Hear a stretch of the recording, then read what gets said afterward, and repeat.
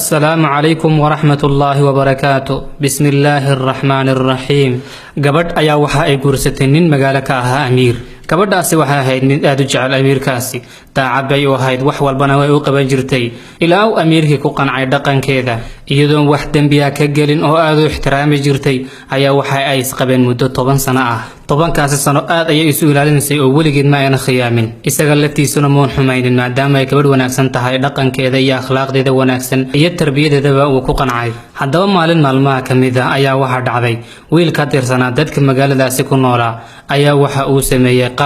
qaladkaasi oo ninkii amiirka ahaa aad uga xanaajiyay ninkii amiirka ahaa ayaa waxa uu go'aan ku qaatay inuu wiilkaasi ku rido xero ay aydi ku xidhnaayeen ay weliba dad cun ah oo gaajaysan ninkii aydi dad cunka ahayd ayuu u xareeyay halkiibaana lagu cunay intii kadib wuxuu go'aan ku qaatayba si ay dadka qaryada degan ay uga cabsadaan in qof walba oo dembi gala uu halkaasi ku ridi doono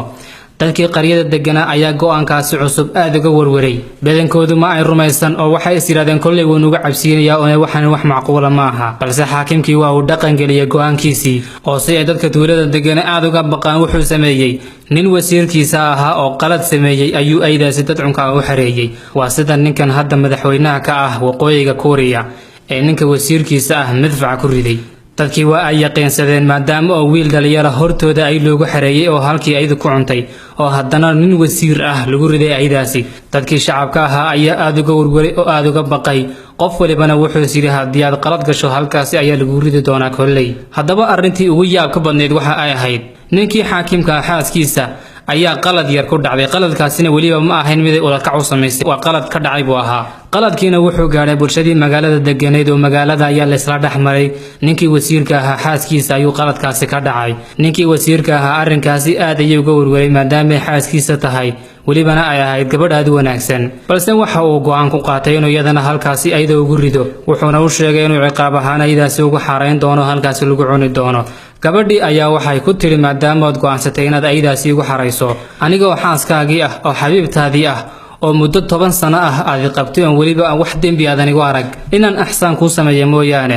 qaladkan aan sameeyayna uusan ahayn qalad saa weyn haddaba ku odhamaaya idaah balse waxaan kaa codsanayaa inaad muddo 10 cisho ah aad jaanis siiso 10ka cisho kadibna aad igu fuliso waxa uu yiri malaha reerahoodii iyo asxaabteedii ayay soo macal salaameynaysaa wuxuuna ku yiri codsigii waan ka aqbalay markii uu codsigeedii ka aqbalay ayaa waxa ay toos u degtay goobtii ayda lagu hayay ee lagu xanaaneynayay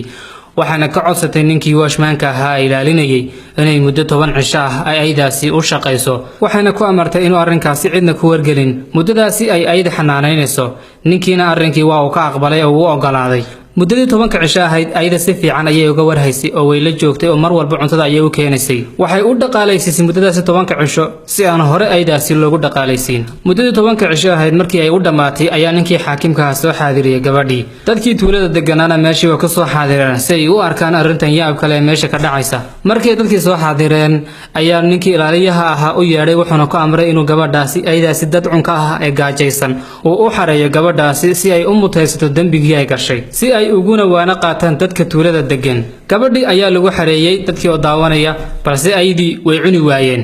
way si garab fadhiisatay aydiina way si garab fadhiisteen ninkii xaakimka wuxuu yiri malaha aydu ma gaajaysna ay hadda way cunayaan wax la sugo meesha waa lagu caajisay wuxuuna yiri caawa markay gaajoodan ay cuni doonaan caawa hala barido markii waagii bariyay ayaa waxa uu yiri bal meydkeedii soo arag markii uu tagay waxa uu arkay iyadii oo aydii iskaaga hurda aydiina wax xagtina xataa aysan u geysan yaab uu fajacay wuxuu yiri bal caawana hala barido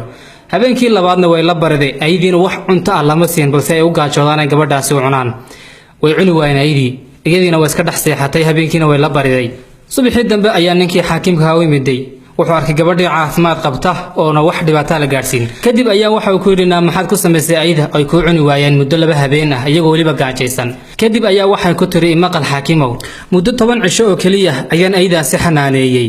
abaalkaygiina way garteen oo imay cunin balse adiga 10 sano oo dhan baad soo qabtay wax walba oo doontidna waan ku sameeyay wax dambi ana kaamaan gelin muddadaasi 10 sano dambi yar oo sameeyay ayaa waxa uu ilowday wanaagii iyo ihsaankii aan ku soo sameeyay balse aydaasi xayawaanka ah muddo 10 cisho oo kaliya aan xanaaneeyay ayay ilaawi waayeen oo ay cuni waayeen waliba iyagoo muddo 2 maalmood gaajaysnaa ninkii xaakimka ayaa waxa uu ogaaday go'aankan uu qaatay inuu ahaa mid qaldan habooneed inuu ka fiirsado gabadhii sidii ayuu ku sii daayay oo iska fasaxay haddaba xikmadda qisadan ku jirta waxay tahay inuu qofku uusan ku degdegin xukunka dadka iyo qof wanaag badan kuu sameeyey inaadan ku ilaawin oodan kaga xanaaqin hal mar uu qalad yar kaa galo isbarbar dhig qaladkan uu kaa galay iyo wanaaggii uu kuu soo sameeyey waxaan idiin rajaynayaa inay qisadani aad idiin qancisay faa'iidada ku jirtana aad kala baxdeen haddaba qof waliba oo daawaday waxaan ka codsanayaa inuu sii sheergalayo uu la wadaago asxaabtiisa kale si uu khayrku inoogu bato annaga iyo idinkaba